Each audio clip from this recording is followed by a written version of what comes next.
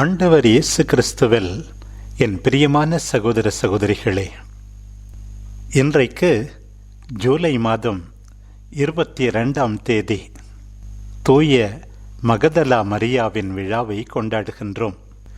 உண்மையில் 2016ஆம் ஆண்டுக்கு முன் இந்த நாள் திருவழிபாட்டில் வெறும் நினைவு நாளாக மட்டுமே இருந்தது. நமது திருத்தந்தை பிரான்சிஸ் அவர்கள்தான் இந்த நாளை விழாவாக உயர்த்தினார். இன்றைக்கு நாம் கொண்டாடும் மரிய மதலேனாவை பற்றி பல தவறான புரிதல்கள். சிலர் லூக்கா நற்செய்தி 7ஆம் அதிகாரத்தில் குறிப்பிடப்பட்டுள்ள பாவி பெண் இவர்தான் என்று நினைக்கின்றார்கள். இன்னும் சிலர் பெத்தானியாவை சார்ந்த மார்த்தா, லாசர் இவர்களின் சகோதரி மரியா இருக்கின்றாரே, அவரோடு இணைத்து பேசுகின்றார்கள். அதிலும் இன்னும் ஒரு தவறு, யோவான் நற்செய்தி 8ஆம் அதிகாரத்தில் எவ்வாறு ஆண்டவர் விபச்சாரத்தில் பிடிக்கப்பட்ட பெண் அவர் முன் நிறுத்தப்பட்ட போது அவரை காப்பாற்றினாரே, அந்த பெண் இவர்தான் என்று கூட சிலர் சொல்லுகின்றார்கள். வேடிக்கையாக, கற்பனை கதைகளாக, மிதமெஞ்சிய அத்துமீறிய ஆர்வத்தால் இவரை பற்றி இருக்கின்ற கட்டுக்கதைகளுக்கும் குறைவில்லை. எந்த அளவுக்கென்றால் இவரை ஆண்டவர் இயேசுவின் காதலியாக கூட சிலர் சித்தரித்திருக்கிறார்கள். அதற்கு ஒரு எடுத்துக்காட்டு டான் பிரவுன் எழுதிய டாவின்சி கோட் என்னும் நூல். ஆனால் இப்படியெல்லாம் இவர் தவறாக பேசப்படுவதற்கு நற்செய்தி நூல்களில் எந்த ஆதாரமும் இருப்பதாக தெரியவில்லை. நம் அன்பு தாய் அன்னை கன்னிமரியாவுக்கு பிறகு மிக அதிகமாக நற்செய்திகளில் பேசப்படுகின்ற இந்த பெண் உண்மையாகவே நமக்கு ஒரு சிறந்த பாடம். முதலாக அவரை லூக்கா நற்செய்தி 8ஆம் அதிகாரத்திலே சந்திக்கின்றோம். இயேசு நகர் நகராய் ஊர் ஊராய் சென்று இறையாட்சி பற்றிய நற்செய்தியை பறைசாற்றி வந்தார். 12 அவருடன் இருந்தனர். பொல்லாத ஆவிகளினின்றும் நோய்களினின்றும் குணமான பெண்கள் சிலரும், 7 பேய்கள் நீங்க பெற்ற மகதலா மரியாவும், ஏரோதுவின் மாளிகை மேற்பார்வையாளர் கூசாவின் மனைவி யோவன்னாவும் சூசன்னாவும் மேலும் பல பெண்களும் அவரோடு இருந்தார்கள் என்று நாம் லூக்கா 8ஆம் அதிகாரம் 1 முதல் 2 வரை உள்ள வசனங்களிலே வாசிக்கின்றோம். ஆக இந்த மரிய மதலேனா இயேசுவை பின்தொடர்ந்த பெண் சீடர்களில் ஒருவர். அவரை 7 பேய்கள் பிடித்திருந்ததாம். ஆண்டவர் அந்த பேய்களை விரட்டி அவருக்கு விடுதலை அளித்தாராம்.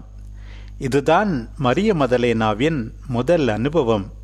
இன்றைக்கு ஒரு சிலர் சொல்வது எனக்கு என்னையே பிடிக்கவில்லை என்று. இன்னும் சிலர் ஒருவிதமான கழிவிறக்கத்தால் என்னுடைய நிலைமை யாருக்குமே நேரக்கூடாது என்றெல்லாம் ஒப்பாரி வைக்கின்றார்கள். ஒரு விதத்தில் மரிய மதலேனா கூட இத்தகைய சூழ்நிலையில்தான் இருந்திருக்க வேண்டும். தன்னையே அவருக்கு பிடித்திருக்காது, தன் மீதே கழிவிறக்கம் கொண்டிருந்திருப்பார். ஆனால் ஆண்டவரை சந்தித்தார், வாழ்வு மாறியது. அவரில் அக்கறை கொண்டு அவருக்கு இரக்கம் காட்டி அவருக்கு முழுமையான நலம் அளிக்கின்றார் ஆண்டவர். ஆண்டவர் என்னை தெரிந்து கொண்டார், என்னை காப்பாற்றினார், குணமாக்கினார், தனிப்பட்ட விதத்தில் என்னை அன்பு செய்தார் என்பதை மரிய மதலேனா உணர்ந்தார். பிரியமானவர்களே, இன்றைக்கு மரிய மதலேனாளின் சூழ்நிலையில் இருக்கின்ற நம் ஒவ்வொருவர் மீதும் ஆண்டவர் தனிப்பட்ட முறையில் அன்பு கொண்டு குணமாக்க தயாராயிருக்கிறார். அவருடைய அன்பை அனுபவிக்க வாய்ப்பு கொடுத்து கொண்டே இருக்கிறார். அந்த ஆண்டவரால் நாம் எல்லாரும் நலம் பெற வேண்டும். ஆற்றில் மூழ்கி கொண்டிருக்கிற ஒரு சிறுவனை அந்த பக்கம் நடந்து சென்ற ஒருவர் தைரியத்தோடு ஆற்றில் குதித்து அவனை காப்பாற்றினார் என்று சொல்வது ஒரு நிலை. நான் மூழ்கின்ற நிலையில் இருந்தேன், என்னை அவர் காப்பாற்றினார் எனும்போது அந்த அனுபவத்தை நாம் ஒருபோதுமே மறக்க முடியாது. மரிய மதலேனாளை மட்டுமல்ல, இன்றைக்கு உங்களையும் என்னையும் அதே ஆண்டவர் தனிப்பட்ட விதத்தில் அன்பு கூறுகிறார். நாம் நலம் பெற வேண்டுமென்றுதான் அவர் ஆசிக்கிறார். அவருடைய அன்பை உணர்ந்து விட்டீர்களா? இன்றைக்கு ஆண்டவர் நம்மை அழைக்கின்றார். 7 பேய்கள் நீங்கி முழுமையாக நலம் பெற்ற மகதலா மரியாவின் பதில் என்ன? லூக்கா 8ஆம் அதிகாரம் 3வது வசனம் நமக்கு சொல்லுகிறது, இவர்கள் தங்கள் உடைமைகளை கொண்டு ஆண்டவருக்கு பணிவிடை செய்து வந்தார்கள். ஆண்டவரால் ஆசீர்வதிக்கப்பட்ட அவர் வெறும் பார்வையாளராக இருக்க விரும்பவில்லை, ஆண்டவருக்கு பணிவிடை புரிகின்றாராம். பாருங்கள், நான் இந்த ஊரிலிருந்து வந்தேன், இந்த பின்னணியிலிருந்து வந்தேன், நான் என்ன பெரிதாக செய்துவிட முடியும் என்று சாக்குப்போக்கு சொல்லிக்கொண்டு சும்மா இருக்காமல் ஆண்டவருக்கும் அவருடைய சீடர்களுக்கும் தன்னால் இயன்றதையெல்லாம் தன்னுடைய திறமைகளை வைத்து உடைமைகளை வைத்து பணிவிடை புரிகின்றாராம். பிரியமானவர்களே, இன்றைக்கு எந்த அளவுக்கு உங்கள் திறமைகளை உங்கள் குடும்பத்தாருக்காக பயன்படுத்துகின்றீர்கள்?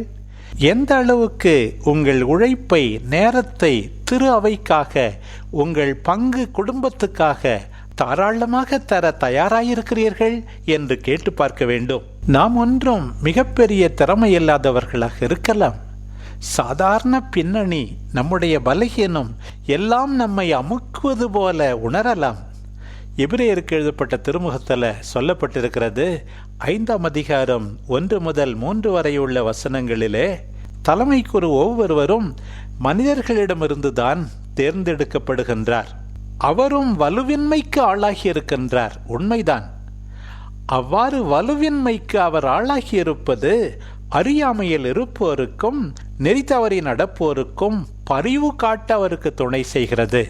சாதாரணர்கள், அதிக திறமை இல்லாதவர்கள், பின்னணி கேள்விக்குரியதாக இருக்கின்ற சூழ்நிலைகள் இருப்பவர்கள் அத்தனை பேரும் ஏதாவது நல்லது செய்ய முடியும்.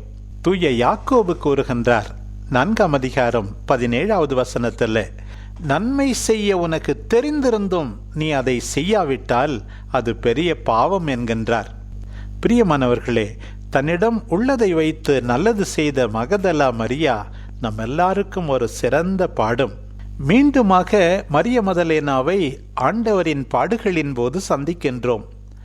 அவர் சிலுவை அடியில் நின்று கொண்டிருப்பதாக நற்செய்தியாளர்கள் கூறுகின்றார்கள். மத்தேயு நற்செய்தி 27ஆம் அதிகாரம் 55 முதல் 56 வரை உள்ள வசனங்கள். அதே போல யோவான் நற்செய்தி 19ஆம் அதிகாரம் 25வது வசனம், உமக்காக சிறையிடப்படுவதற்கும் சாவதற்கும் தயாராயிருக்கிறோம் என்று சூளுரைத்த திருத்தூதர்கள் எல்லாம் ஆண்டவரை அனாதையாக விட்டு அவலமாக சாகும்படி ஓடிப்போய்விட்டார்கள்.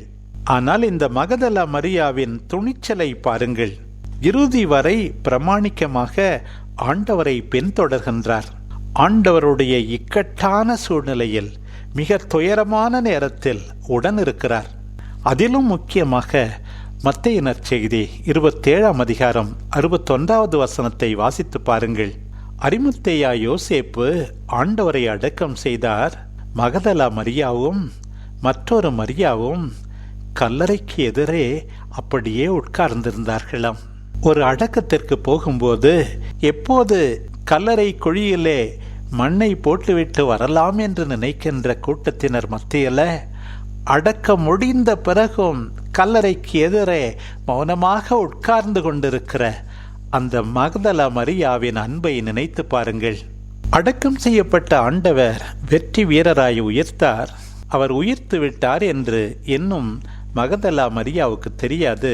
ஓய்வு நாள் எப்போது முடியும், ஆண்டவருடைய உடலுக்கு மரியாதை செய்ய வேண்டும் என்று நினைத்து விடிந்ததும் விடியாததுமாக கல்லறையை நோக்கி செல்லுகின்ற மரியா, கல்லறை திறந்திருப்பதை கண்டவுடனே ஒரே ஓட்டமாக ஓடி பேதுருவிடமும் யோவானிடமும் இந்த செய்தியை அறிவிக்கின்றார்.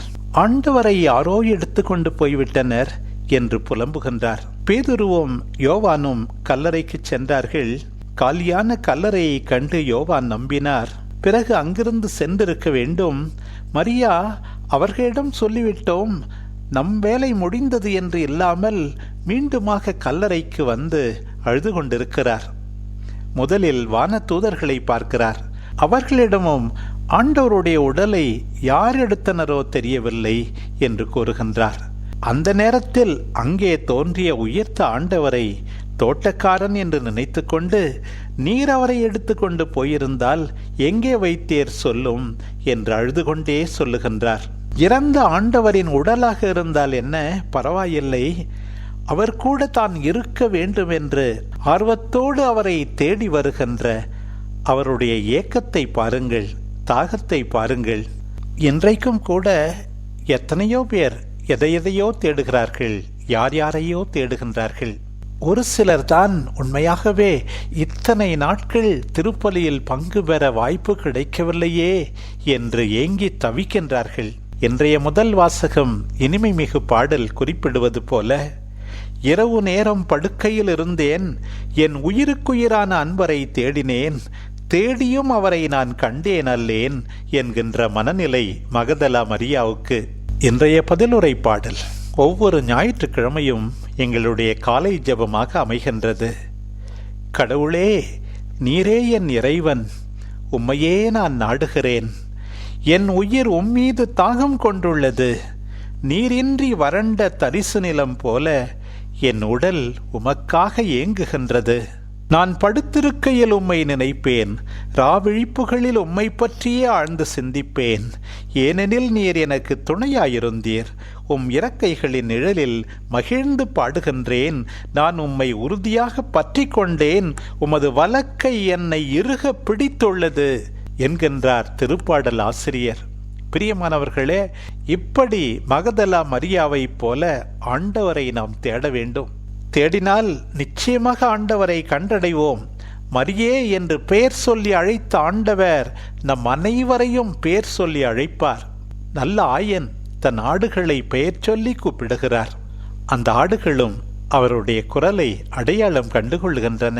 அப்படித்தான் அன்றைக்கும் மரியே என்று ஒரு வார்த்தை சொன்ன மாத்திரத்திலேயே ராபூனி, போதகரே என்று அவரை அடையாளம் கண்டுகொண்டு அந்த ஆண்டவரை இறுக பற்றி கொண்டிருக்கிறார் மரியா.